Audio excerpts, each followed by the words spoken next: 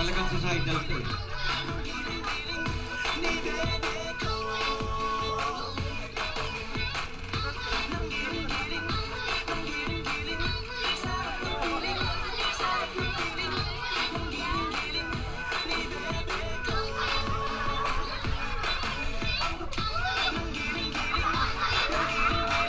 Wala ba kayo mga kamay?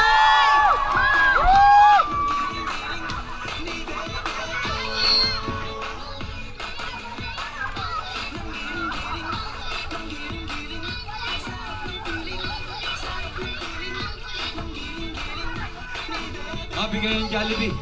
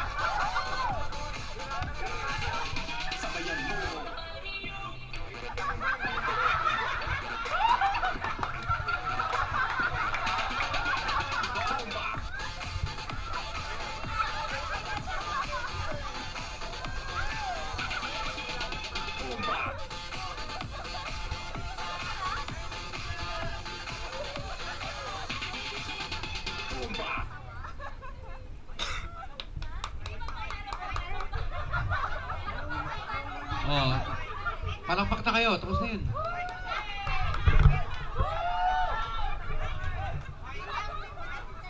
Ay, baka mamatay yung puno.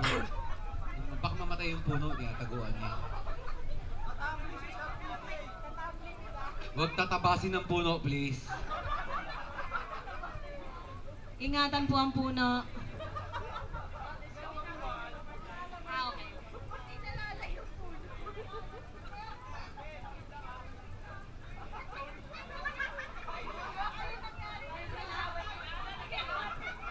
Change outfit mo.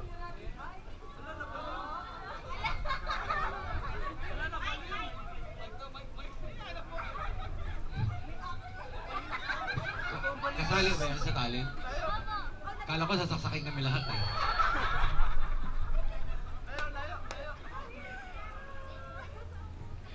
Baliw. Hindi ako baliw. Palakpakan nyo! Dugo. Bakit may dugo ang aking kamay? Alam mo na kung bakit. Pulis! Bakit ang dumi yung pulis? Recycle din ang mga ka. Dugo. Bakit may dugo ang aking kamay? Baliw. Hindi ako baliw! Bago niyo ako husgahan, pakinggan niyo muna ang kwento ng aking buhay.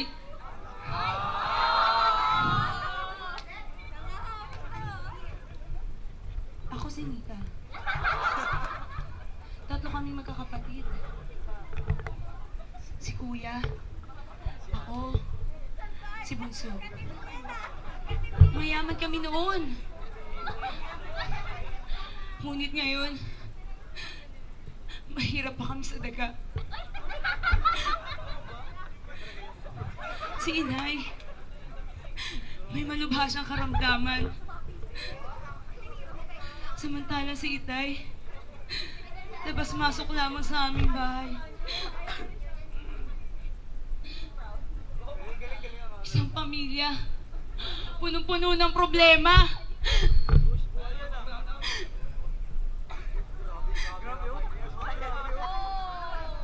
Si Kuya, napalamunin lamang ni Inay.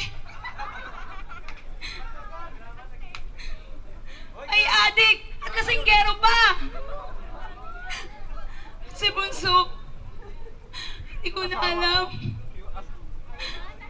Lagi na lamang siyang tulala. Dahil ginaasa siya ng aming itay.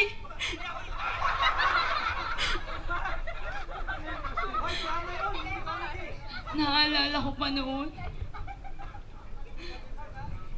Namamalansya kami at naglalaban ni Inay sa kapitbahay.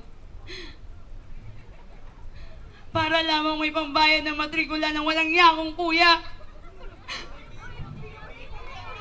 Bakit?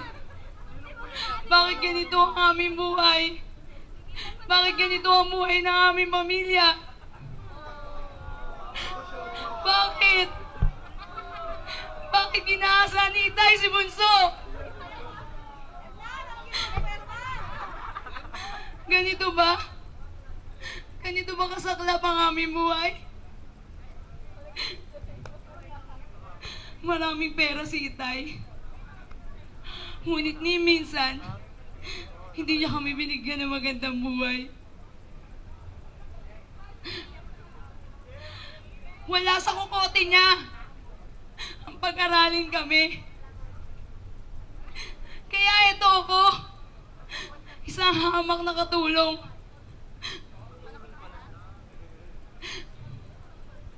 Baliw. Anak ng malas. Yan ang tawag ng maraming nakakakilala sa akin. Hindi namin kilala. Hindi namin kilala. Nagumpay sa ito noon. Umuwi ako. Galing sa aming kapitbahay. Gawa ng pamamalansya. Para lamang magkapera, pambayad ng bigas, at gamot ni Inay. Nandoon si Itay. May kasama babae. Tinanong siya ni Inay, sino yung kasama mo? Kasunod ng pag-upo. Ngunit sa halip, nilalikuran lang siya nito. Tinanong siya ulit ni Inay. Nakita ako! Sinampal, sinipa, tinadyakan niya si Inay. Hanggang mawala nito ng malay. Tumakbo ako. Inay.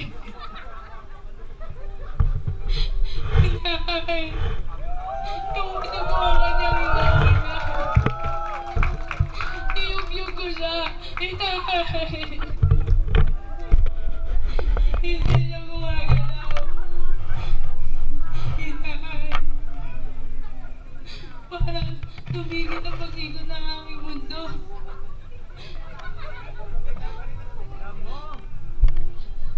Nang maramdaman ko wala nang hininga sa Inay. Wala akong maisip. Hindi ko alam ang gagawin ko. Iniwan ko siya. Tumakbo ako sa kusina.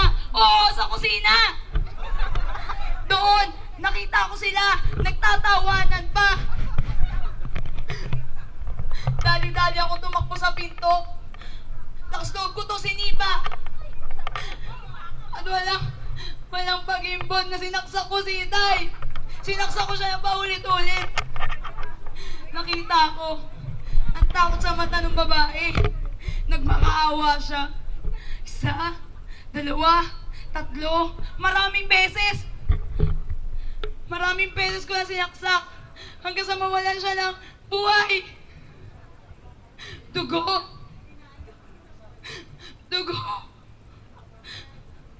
Bakit may dugo ang aking mga kamay? Hindi ko sinasadya. Napatay ko sila. Kasalanan ba? Kasalanan ko bang patayin sila? Kasalanan bang patayin ng tulad nila?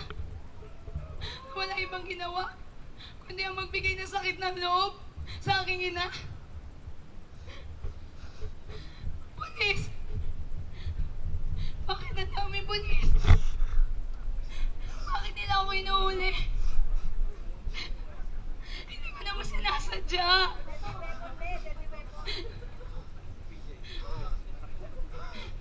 Huli na. Huli na nang malaman ko ang lahat. Humalakhak na lamang ako nang wala sa oras.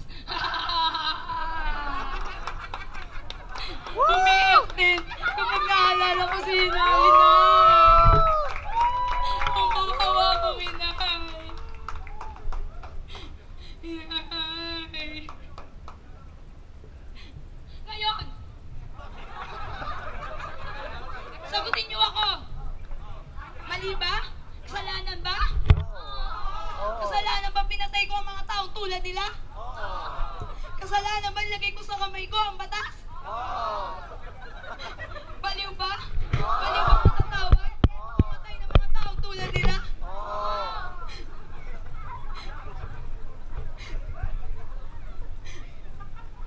Ngayon, sagutin niyo ako ulit.